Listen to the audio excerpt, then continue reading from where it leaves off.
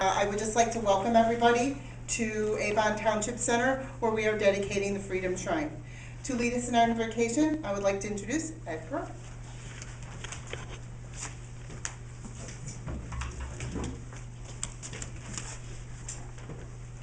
Good morning. Good morning. Thank you for being here. It's an honor to be allowed to give this invocation. Lord, we thank you for this day and the abundant gifts you have bestowed upon us. Bless this gathering on this edifying occasion as we recall, honor, and display documents on which this great nation is founded. These documents declare the equality of our fellow men and women and reinforce two fundamental rights: the right to worship you, Lord, in the manner of our choice, and the one fundamental right that truly makes us all equal, and that is the right to vote for our leaders.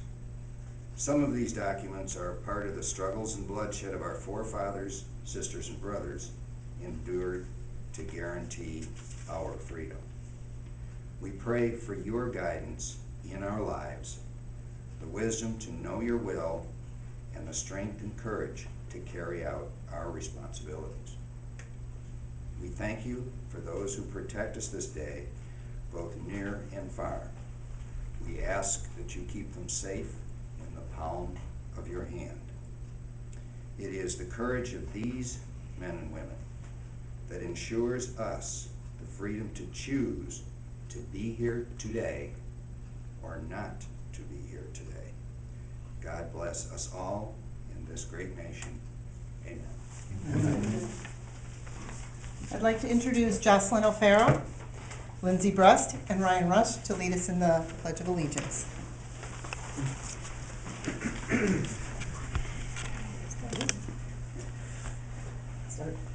I pledge allegiance to the flag of the United States of America and to the republic for which it stands, one nation, under God, indivisible, with liberty and justice for all.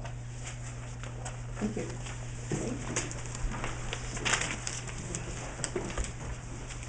Right, it is now my pleasure to introduce a very interesting man. I just recently met him, but I had a wonderful conversation with him on the phone, and I probably could have talked to him for hours on end. His stories are endless, and he's an awesome speaker, let me just say that. But his name is Tim Stewart. He has 21 years and 4 months of total service. He's a retired captain. Currently, he is a self-employed leadership trainer. He's also a poet, author, and speaker, and he's an all-around nice guy.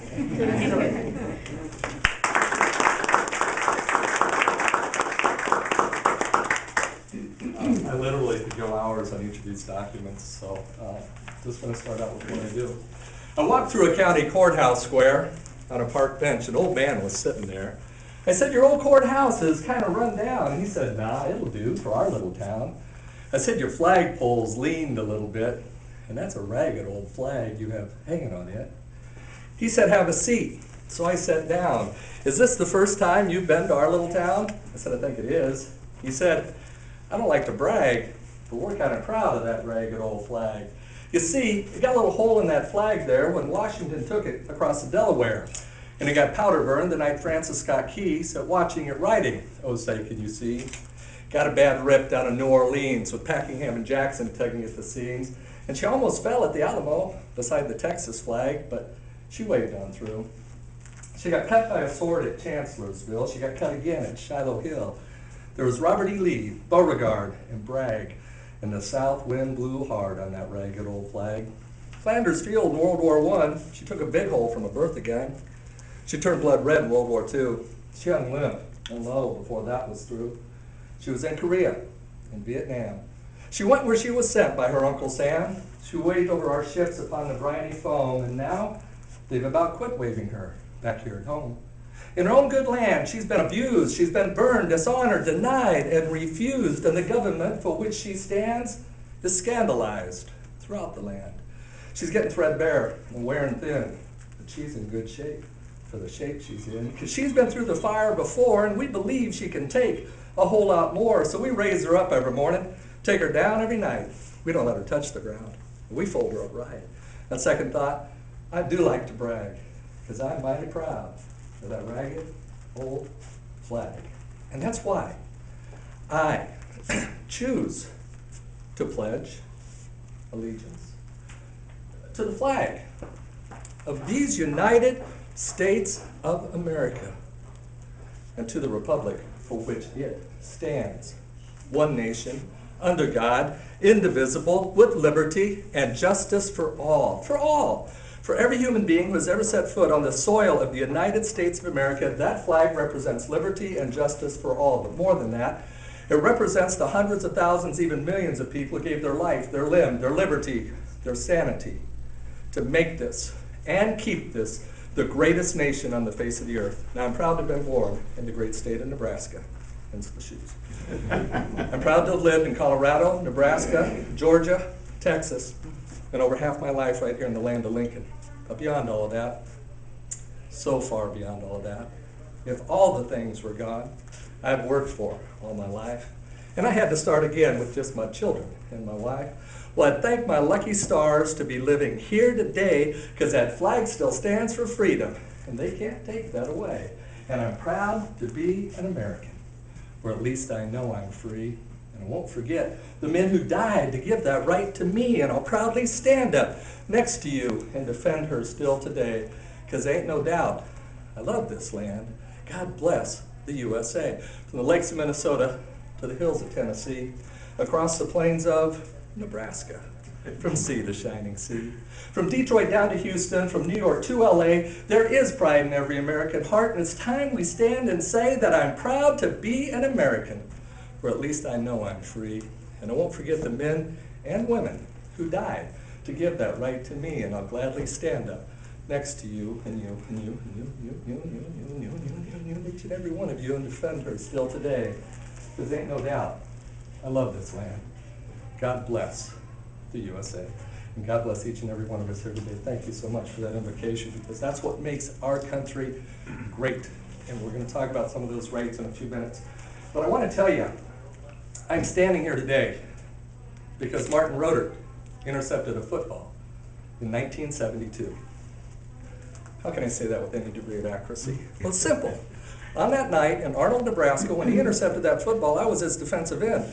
As I turned to throw a block, someone who was blocking me on the side now went straight through my knee, and they said I'd never play football again. I was devastated. In Nebraska, we have the two F's, football and farming. And football was my ticket off the farm. Scouts had been watching me since my sophomore year. I had started every game, and now it was over. I was done. They weren't talking anymore. I pictured myself being stuck on the farm for a lifetime. I did play before the season was over, but not at the level I had been. And again, the scouts weren't talking. By December of that year, I was in a funk.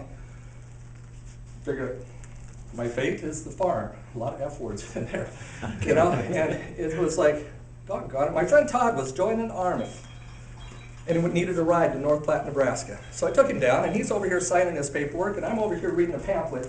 And this pamphlet said that Fitzsimmons Army Medical Center was the orthopedic center of the United States Army. I thought, if I can get stationed there, I can get my knee fixed, I can go play football. So I shouted across the room to the recruiter. I said, hey, sir, can you get me stationed here? He said, son, you signed this contract. I'll put you anyway. I signed the contract. I passed the physical. They looked at that knee instead of that one. I'm not sure how that happened. I got stationed at Fitzsimmons as a military policeman. I had run of the post. So on my first day of duty, I went up to the 5th floor to check out that orthopedic clinic. Football, football, football. The elevator doors opened up, and there in the reception window sat this little angel. And I thought, if I get to know her, I'm going to figure out who's going to fix my knee, and I can go play football. Cheerleaders, football, you know, one more level came in. So I got to know her. I got to know them. They never touched my knee. I've been married to her for 37 years. Every action we take, every decision we make has future implications. And I tracked my life down to that point that said it was that night when Martin Roeder intercepted that football that changed the course of the rest of my life. But more importantly, many of these plaques that we're going to dedicate today, those are the things that changed the course of events that allowed us to be standing here, sitting here, worshiping our God, our faith, however we choose to do that. And what I'd like to do is take some time and talk about a little bit about some of these plaques, or each of these plaques, until Lisa starts throwing things at me. If I start ducking, you'll know I've talked too long. Benjamin Franklin, when he was a young man, the first document out there is the epitaph of Benjamin Franklin. He's only like 28 years old when he wrote his epitaph. He eventually died at 84 from complications with emphysema, so he lived a long, as we know, very productive life. But he wrote his own epitaph when he was 28 years old. This is deep, as Benjamin Franklin was.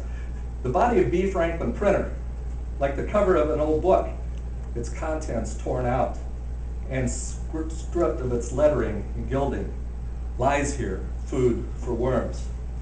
But the word shall not be wholly lost, for it will, as he believed, appear once more in a new and perfect edition, corrected and amended by the author. He was born January 6, 1706, died when printer, 17, I think it was December 1910 or 1810, 84 years later.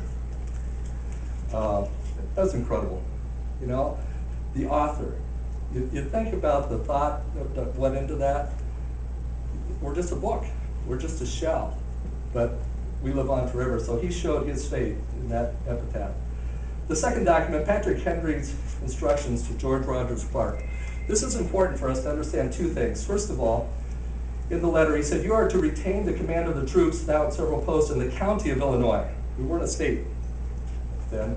On the Wabash, which fall within the limits of the county now erected and called Illinois County, which troops marched out with and have been embodied by you. You are also to take command of the 5 other companies raised under the act of the assembly, which I sent herewith, and which I completed, as I hope will be speedily. Will have orders to join you without loss of time, and likewise be under your command.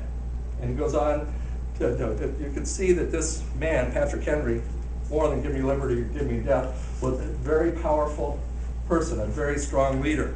The most important part of this letter, and most people will miss it, is in the salutation. It says, I am your honorable servant, Patrick Henry. When did our leaders forget that they're a servant? That happened some time ago. And this is one of the things that we need to work to get back. And if I have a tendency to put in a soapbox, I may do that once in a while. The Treaty of Paris in 1973, which gave us what we now know as, the Louisiana Territory. The first words, in the name of the most holy and undivided Trinity, goes on to say who all the people are going to be involved in this Treaty of Paris. But there's one particular name I want to address in here.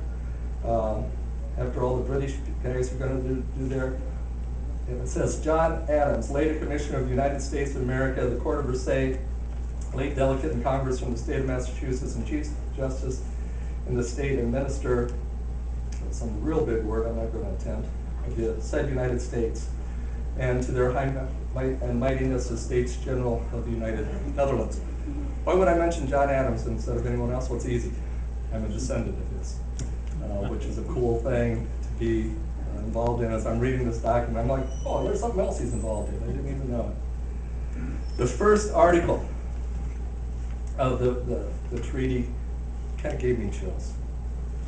His Britannic Majesty acknowledges the said United States is the New Hampshire, Massachusetts Bay, Rhode Island, and Providence Plantations, Connecticut, New York, New Jersey, Pennsylvania, Delaware, Maryland, Virginia, North Carolina, South Carolina, and Georgia to be free, sovereign, and independent states, that he treats with them as such, and for himself, his heirs and successor, relinquishes all claims to the government, propriety, and territorial rights of the same in every part that thereof.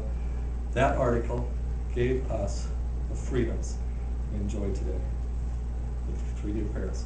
The Northwest Ordinance is the next one, officially titled An Ordinance for the Government of the Territory of the United States Northwest of the River Ohio. And Northwest Ordinance was passed July 13th, 1787. The one paragraph I want to read out of this: in time, the Northwest Territories would become the states of Ohio, Indiana, Illinois, Michigan, Wisconsin, Minnesota. While the last of the ordinances was the most ill-kept, the third would prove crucial in the future history of the country. By federal mandate, each of the states in the Northwest Territory, where we are now, entered the Union slave-free. So that was key of that Northwest Ordinance, and that's one of the reasons that's the documents out of, not just because it's Illinois as we're part of it, but because that began the path to the freedoms, eventually a lot of the Civil War and the other things that happened around there. What was the date of that? The date was July 13th, 1787. Washington's first inaugural address. The nation's first chief executive took his oath of office in April in New York City in the balcony of the Senate chamber at Federal Hall, and where was it located? On Wall Street. Yeah, when they vacated the building, somebody else took it over. General Washington had been unanimously elected president by the first electoral college, and John Adams was elected vice president because he received the second greatest number of votes.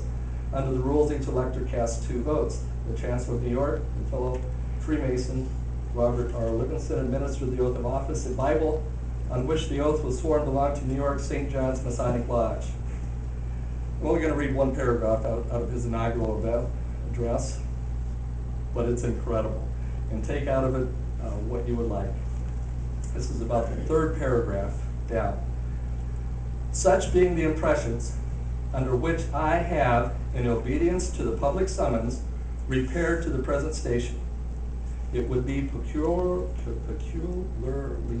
there's certain words I just don't get, improper to admit in this first official act my fervent supplications to that almighty being who rules over the universe, who presides in councils of nation, and whose providential aids can supply every human defect, that his benediction may consecrate to the liberties and happiness of the people of the United States a government instituted by themselves for these essential purposes, and may enable every instrument employed in its administration to execute with success the functions allotted to his charge.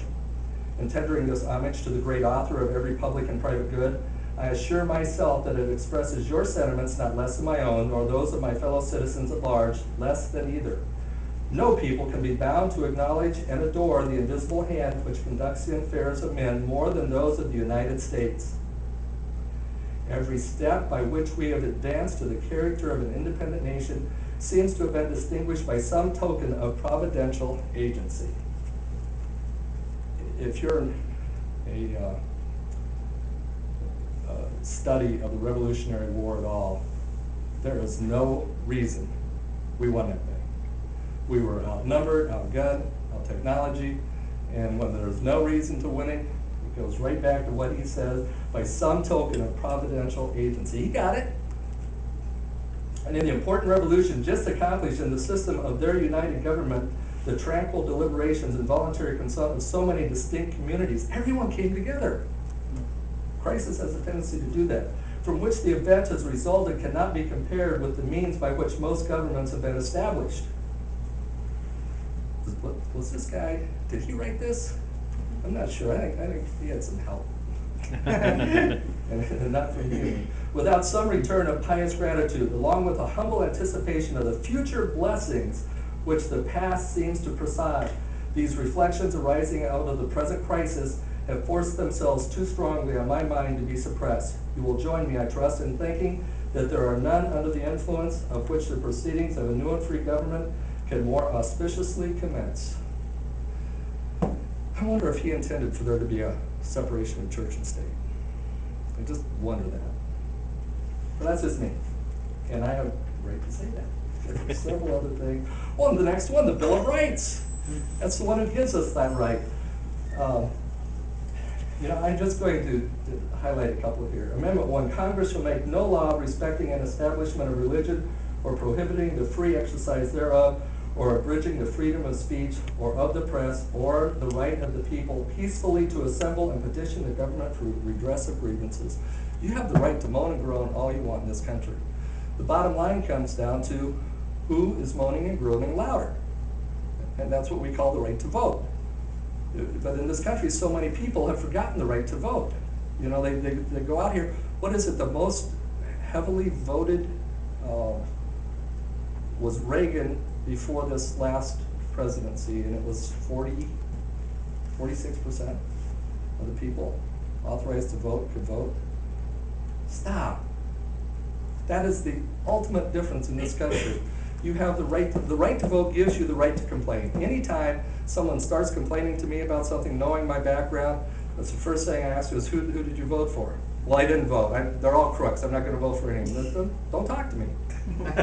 You know, we're not going to talk unless you voted, period. And obviously the right to bear arms, I'm kind of, over that one. Well-regulated militia being necessary to secure the security of a free state. Who's the oldest armed service in the United States of America?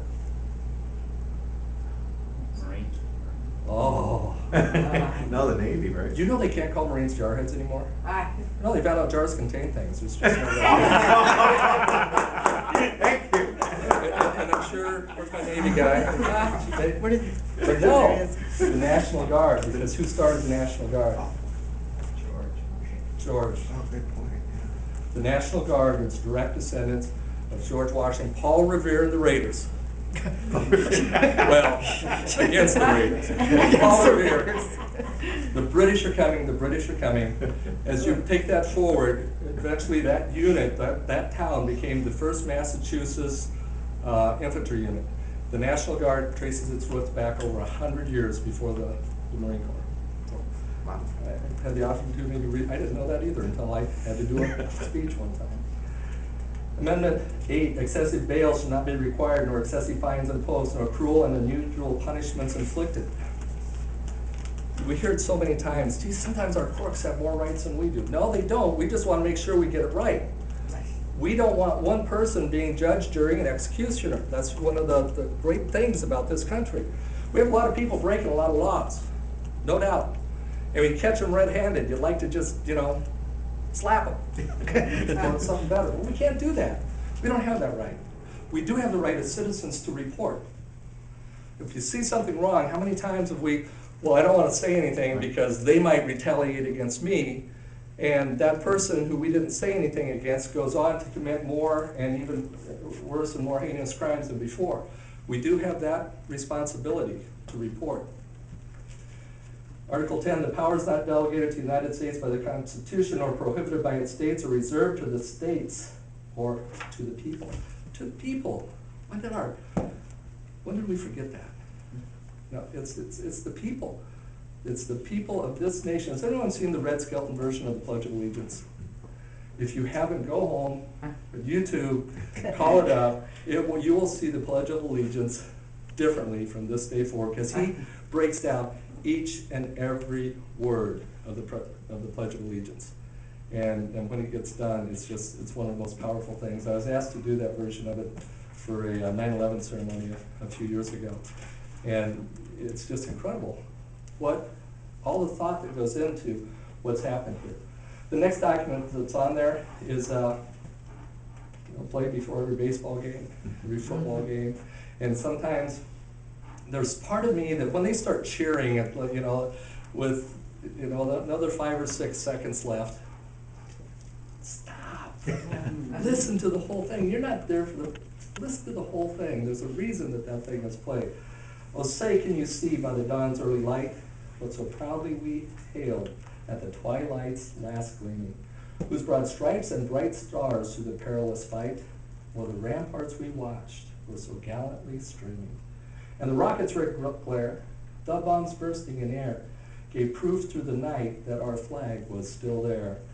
Oh, say does that star-spangled banner yet wave o'er the land of the free and the home of the brave. What was Francis Scott Key doing there that night? Does anybody know? He was imprisoned. He wasn't. He was going to negotiate the release of one of our officers.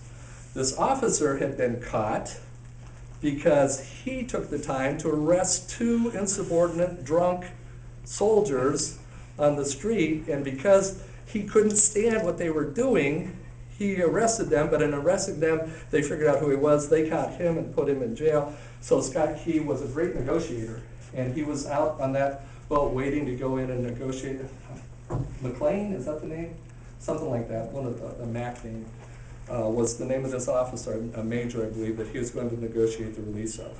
So, you know, he's just sitting out there, and I found more history in the Star Spangled Banner than almost any other document out there. Crazy stuff. I have a granddaughter. Have you seen her perform, Steve? Mm-hmm. She is 8 years old, and she was asked to sing the national anthem this past Memorial Day, and she just knocked it out of the park. My wife was down in front with her video camera, but she pushed the button twice. Oh. Technology does do this. I get butterflies to this day. If the butterflies ever stop, I'll be laying in a grave and they'll be playing it one last time over me, because it's every time I hear it. The Monroe Doctrine. You know, we've heard about this for years. I remember kind of back in history class, but what did the Monroe Doctrine do for us? The mid-1800s, the Declaration combined with the ideas of the matter of fact, for about 20 years after the Monroe Doctrine was issued, it was ignored. You know, he put all this effort into it, he put all this work, put it out there, and everybody, you know, then it went out the door. About 20, 25 years later, it started taking hold, but by the mid-1800s, Monroe's Declaration combined with the ideas of the Manifest Destiny providing President support to the U.S. expansion on the American continent.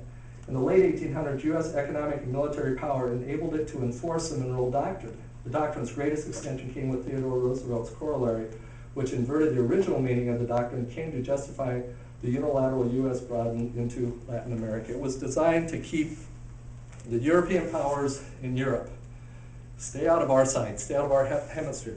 It was written to protect South America all the way up. And then it was like, you can't enforce that. Well, yeah, we can. But the whole point behind it, if you read it carefully, is that it's to go in, secure, establish, reestablish, and leave. That's in general terms, that's what the Monroe Doctrine did, and that's what we do today. Everybody's like, well, why are we in Afghanistan? Why did we stay in Iraq so long? Because you have to stabilize before you leave. Look at Vietnam. We left before it was stabilized.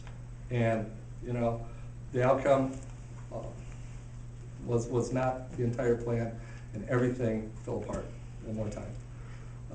If we're going to go in, we've got to carry through, and it's been another Monroe document that said that. My next and favorite, Abraham Lincoln. I would love to hang out with him. You know, this guy lost almost every election he ever ran for. He got kicked around, booted, beat up, tall, ugly, gangly, made fun of. He was probably the kid in school that everybody pushed down. But he never stopped. He never gave up. Then they said, we want you to go dedicate this, the battlefield at Gettysburg. He's like, okay, but you know, he's the president. He's got a bunch of things going on. So he hasn't even put anything together.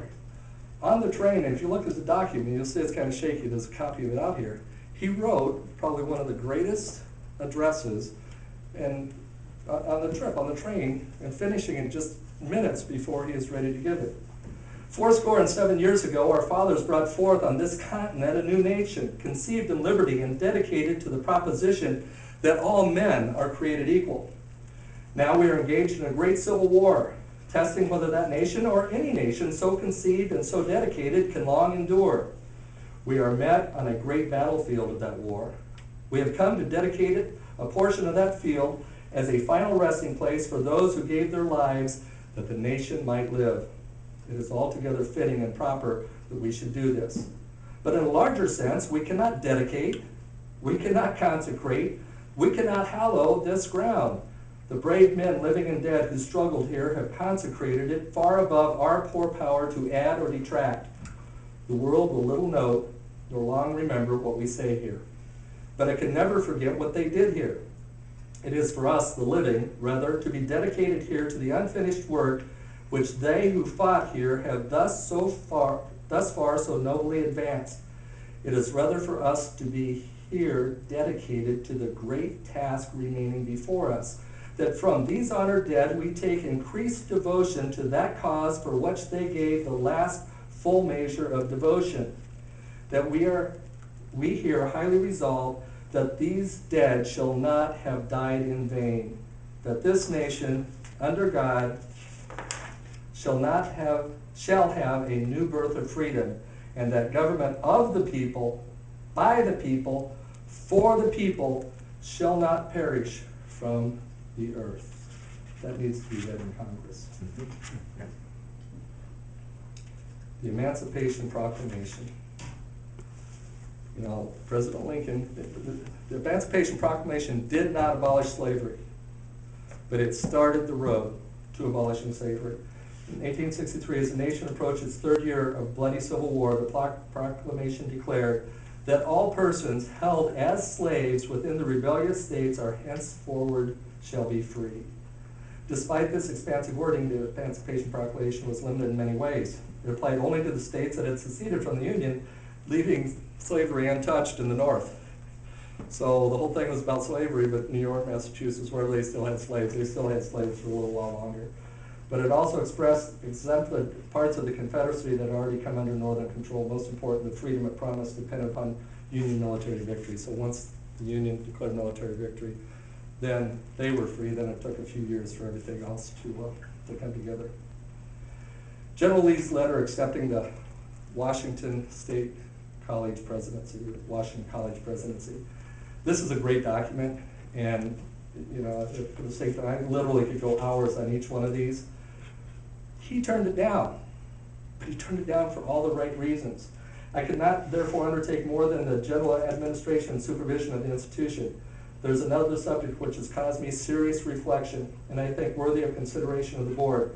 Being excluded from the terms of amnesty in the proclamations of the President of the U.S. of the 29 May last, and object of censure to a portion of the country, I thought it probable that any occupation by him of the position of president might draw upon the college a feeling of hostility, and it should therefore cause injury to the institution. He was a big enough man to know that because of his position in the Southern Army, that if he took a position in the now together states, there are some people who could see that bad on the part of the institution. He goes on to say, services in the position tendered me by the board will be advantageous to the college and country. I will yield to your judgment and accept it. Otherwise, I must most respectfully decline the offer. Now, is this guy smart or what? He was going to take it the whole time. But he wanted to just make sure that he expressed everything that could possibly come back and bite him in the butt later on. And, I mean, General Lee is one of the greatest, Steve and I just had this conversation the other day, one of the greatest leaders ever. Just didn't have God on his side. Theodore Roosevelt's letter on Cuba, very clearly in the last few sentences says, I will not even consider the plan of protectorate or any plan which imply our breaking our explicit promise because of which we are able to prevent dissipation last fall. The good faith of the United States is a mighty valuable asset and must not be impaired. And that goes back to the Monroe Doctrine. And that is just him going back and saying, we said that this is how we're going to do it, so this is how we're going to do it, because if we do it any other way, then we are those other people, and we can't become that. And then there's the 19th Amendment. How did this one find its way on the wall? One of my poems is titled Women and Their Moods. It says, women and their moods, they tend to drive you wild. One minute they're up in arms, another minute mild. They can make you feel like a king upon a throne, or they can make you wish that you left them alone. It's hard to understand that there are ups and downs and such, but we're not supposed to understand it, at least not very much. As a great man once said, as he was talking about them, it's almost as hard living with them as trying to live without them. And the 19th Amendment gave women the right to vote. What are they thinking? The 19th Amendment was constructed by two well-known social activists named Elizabeth Cady Stanton and Susan B. Anthony. Now, I come from a Stanton clan also, so I didn't have time to research this to see if I'm related to her, but it's possible my grandmother was a Stanton. These women are considered among those at the forefront of the women's suffrage amendment. The amendment was initially drafted in 1873 and did not pass until 1919. Really, there's a lot of men did not have supper What do you mean you're not voting for? In 1922, Lesser versus Garnett, the court case brought forth by Oscar Lesser, who wished to dispute the decision to allow women the right to vote, upon referencing the 15th Amendment, which removes statutes denying suffrage based on race. The Supreme Court dismissed the case. I'm positive he didn't get a hot supper there. You know, the great thing about this country is not all men are created equal, all people are created equal. And there's still fights, there's still, you know, the glass ceiling, it's there all the time. But we have to understand, and this way, you know who the highest percentage of employed people are in this country today? It's women. There were 4 of us sitting around the other day, and we're all self-employed, which is, you know, another word for unemployed. and we added our past incomes from our corporate worlds together, and there was like over $1 million in annual income sitting at that table, and all our wives are out working, and we're sitting at coffee at Panera going, when did this all change? That's a good thing. General McCullough's Christmas message, now you gotta love this one. Have you read it out there? The German general they had surrounded them at, yes, can I forget where they surrounded them? Bastogne? Bastogne. They had surrounded them at Bastogne. And he says, to the USA commander, the fortune of war is changing. This time, the USA forces in and near Bastogne have been encircled by strong German armored units. More German armored units have crossed the weather near Orthville, taking on march and reading St. Schubert by passing through Ambray, Tilley, and blah, blah, blah, blah. There's only one possibility to save the encircled USA troops from total annihilation. That is the honorable surrender of the encircled town. In order to think it over, a term of 2 hours will be given from the time you receive this note. If this proposal should be rejected, 1 German artillery corps and 6 heavy battalions are ready to annihilate the USA troops in and near Bastogne. The order for firing will be given immediately after this 2-hour term. All serious civilian losses caused by the artillery fire would not correspond with the well-known American military humanity, the German commander. The German commander received the following reply. Who knows it? Nuts. Nuts. And we won. We pushed it back, we held it. The Allied troops are counterattacking in force. We continue to hold Bastogne. By holding Bastogne, we assure the success of the Allied armies. We know that our division commander, General Taylor, will say, well done. We're giving our country and our loved ones at home, a worthy Christmas present, being privileged to take part in this gallant feat of arms. As a candidate going into the officer candidate school, I was scared to death. What am I doing here? I spent 10 years hating second lieutenants. Now I want to become one? And my commandant, Colonel, can't think of his last name, Beatty, Colonel Beatty, stood up there and he told the story of Napoleon. And Napoleon is in one of his greatest battles, but he's losing ground on the right, he's losing ground on the left, and the front is quickly giving way. He can't provide support back and forth anywhere. They didn't have radios then, so he turned to his drummer boy and he said, sound the retreat. And he came back up and he looked and it's getting worse on the right, worse on the left, worse in the front, and nothing's happening. He said, I said sound the retreat. And he looked back up and still nothing. He said, doggone it. I said, I'm sure he didn't say that, but he said, sound the retreat.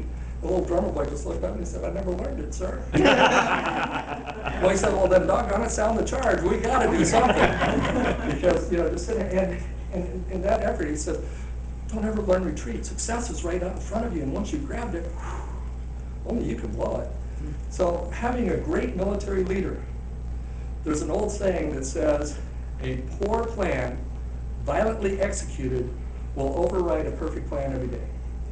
And how much time do we in business see that today where people put together these perfect plans, but they always fail? Because they take so much time planning, nothing ever gets done. Well, as a military leader, you got to do things like he did, and you got to step up and take the bull by the horns. You just got to make a decision and go. It may be the wrong decision. It may not even be the decision you want, but when you opened your mouth, those words came out, and the soldiers said, yes, sir. And the result is the next document, the German instrument of surrender. The German command agrees to surrender all forces to the U.S. Allied Command. take some time and read that over, because that is such a key document in our history. And it all comes because the Americans, we didn't live in Germany. What did we need there, really? We needed to provide freedom for those people who wanted it. We needed to do what we do, and that is take care of this country and this world. So many people say, why don't we just call our forces home, protect our own borders, and let the rest of them just kill themselves? That wouldn't. I mean, could we self-sustain? Absolutely we could. But that's not what we're about. That's even each of us in our daily travels. When we see that someone needs help, we do it. We help. Declaration of Independence, Thomas Jefferson's rough draft. Look at the words he crossed out and replaced them with out there. That's the key parts of this. But there's one, the final document, there's just one little piece I have to read here because it's just screaming at me. That whenever any form of government becomes destructive to these ends, it is the right of the people to alter or abolish it and to institute new government, laying its foundation on such principles as organizing its powers in such form as to them shall seem most likely to affect your safety and happiness and prudence. We can sit back and continue to take this, or we can figure out a way to stand up and say, this is our country based on these principles, and we want it back. And at some point, we need to do that. And then Washington's copy of the Constitution, same thing. He wasn't just a president who called a bunch of people together. He's going to put his signature on the bottom of his document. If you look at the changes he made and some of the real efforts he put in to make sure that document wouldn't last for his lifetime, that it would last for the lifetime of this country. And it's when that document dies that this country dies. The last plaque, kind of fitting, is Jackson's letter describing the Battle of New Orleans. But there was a guy who actually described it a little bit better. Let's see if this will. How good is our reception here?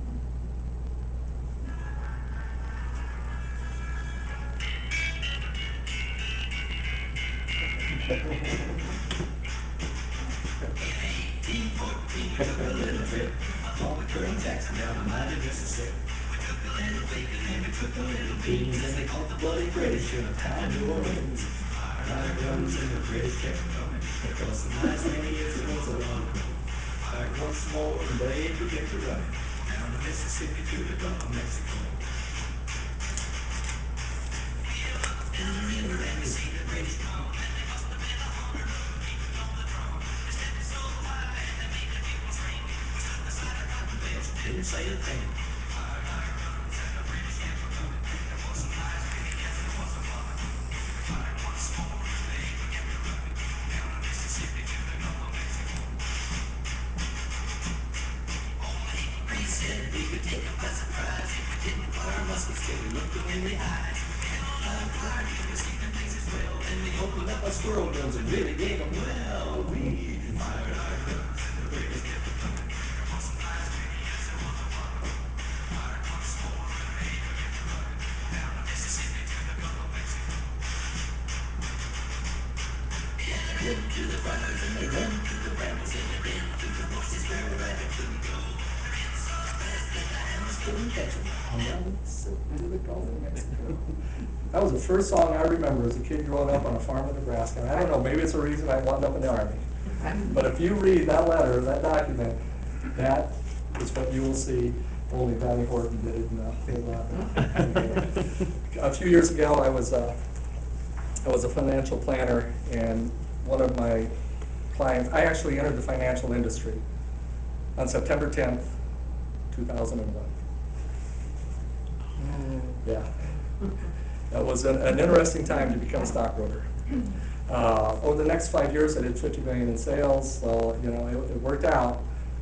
But on 1 year, September 10th, 2002, one of my clients called me up and said, "Would you read a poem? I want to do a little 9/11 ceremony tomorrow." I said, "Sure. Can you give me a copy of it today so I can practice it?" And she said, "I haven't found it yet." I said, "Well, what do you want to say, Barb?"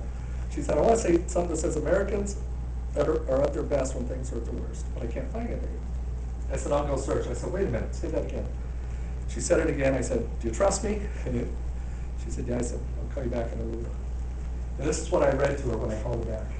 The king was overtaxing his subjects far away. Things were really getting ugly until that fateful day when the colonists dressed as Indians descended upon the ships and tossed the tea into the sea as a cry arose from their lips. You can no longer overtax us. We have no more to give. So take your laws and leave our land. We choose to govern where we live. Things had gotten bad before, but this time was a first that saw America at its best when things were at their worst. And it started a tradition, a way of life, so to say, that has affected all Americans from then until today. Every time we get complacent and start bickering among ourselves, someone comes and tries to break us, to cast our paradise into hell. But every time they do it, they find out, like the rest, it's when things are at their worst that America is at its best. Now, this latest interruption that is known as 9/11, as they toppled the Twin Towers and sent thousands into heaven, is just one more reminder to those beyond our shore that we can be your greatest friend, or you can be no more. So take this as a warning, those who would put us to the test. If you want to try to break us, you will find America and Americans at their best. She said, where'd you find that? I said, I just wrote it. And that was a half hour from inspiration to completion. It's just, I didn't write that, it's just my hand. And that's my belief, and I have the right to believe that. Thank you so much for being a part of this.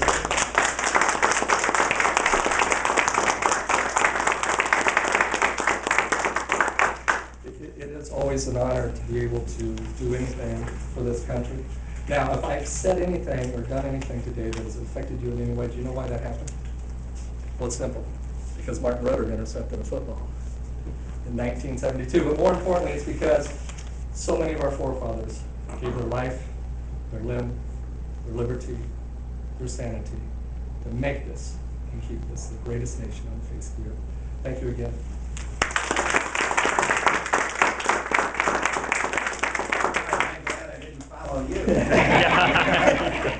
Well, here is someone who can, and they've almost named a woman of Lake County.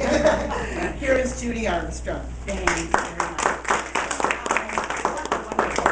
What a wonderful, wonderful speech, reminding us of all of the principles and values on which this great nation is founded. The Exchange Club nationally has a goal to install freedom shrines, this wonderful collection of historic documents, in every high school and junior high school throughout the nation. We also install them in public places like Avon Township Center so that all of us can be reminded of the foundation of this country. Take time to read the documents, take time to treasure them. All of the importance of our military, which I treasure, is nothing without these values to fight for. This is what we stand for. They, God bless them, protect us. For we ladies in the group, probably the most important value there is the 19th Amendment. My grandmother starved in prison to help get us these rights. It is crucial not only that we vote, but that we put the same thought and consideration and serious aspect to how we vote every time. And we're reminded of that when we take a look at the documents, that the very wording is changed 2, 3, 4 times. Things are scratched out. No, that's not the perfection we seek. Here, this is better. And all of the Bill of Rights and all of the amendments are our perfecting what was conceived so many years ago. And so each of us plays a vital role. And for us ladies, read that 19th and learn the heritage of the women who earned us that right to vote. The sacrifice that you spoke of is reflected throughout Avon Township. The people of our township, starting out early, before there were boundaries that made a township, were early settlers who endured unbelievable hardship. We have given our sons and daughters to the military, to serving in government, to being teachers and nurses, and all of the arms of the country that help make America what it is. And so it is to the people of Avon Township that we dedicate the Freedom Shrine today. Sam, would you please come up? It is with great pleasure that we present this plaque to you, which I know you're going to hang in a few minutes, dedicating the shrine to the people of Avon Township. Well, thank you so much. We really appreciate it, Judy. Thanks. Oh, I wanted to give you a hug. Oh, always up for a hug. Thank Well, you.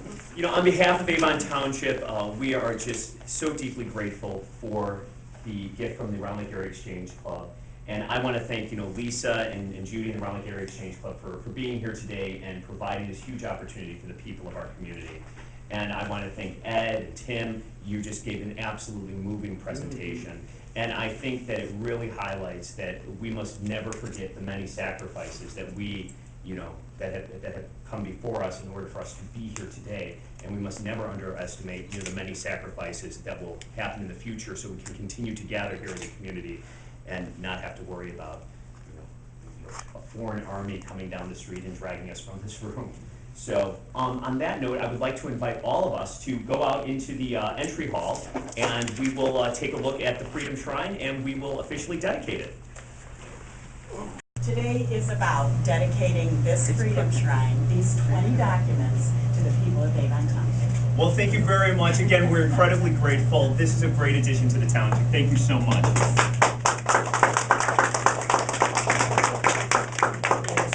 So for those of you, I know a lot of you are familiar with Freedom Shrines, but for those of you who have not actually read the documents, take some time to read through these, because like what Judy said, it's absolutely amazing to see what some of the language in some of these documents, and especially the changes that are made, and to look at the draft versions of what we now hold as, you know, that built our nation. So, so take a few minutes. Please feel free to stay as long as you'd like and look it over. And before we formally also close, I'm dragging Lisa up here. Lisa Rusch put this whole thing together today. Thank you very much for coming. Please join us for some refreshments. Tim, that was awesome.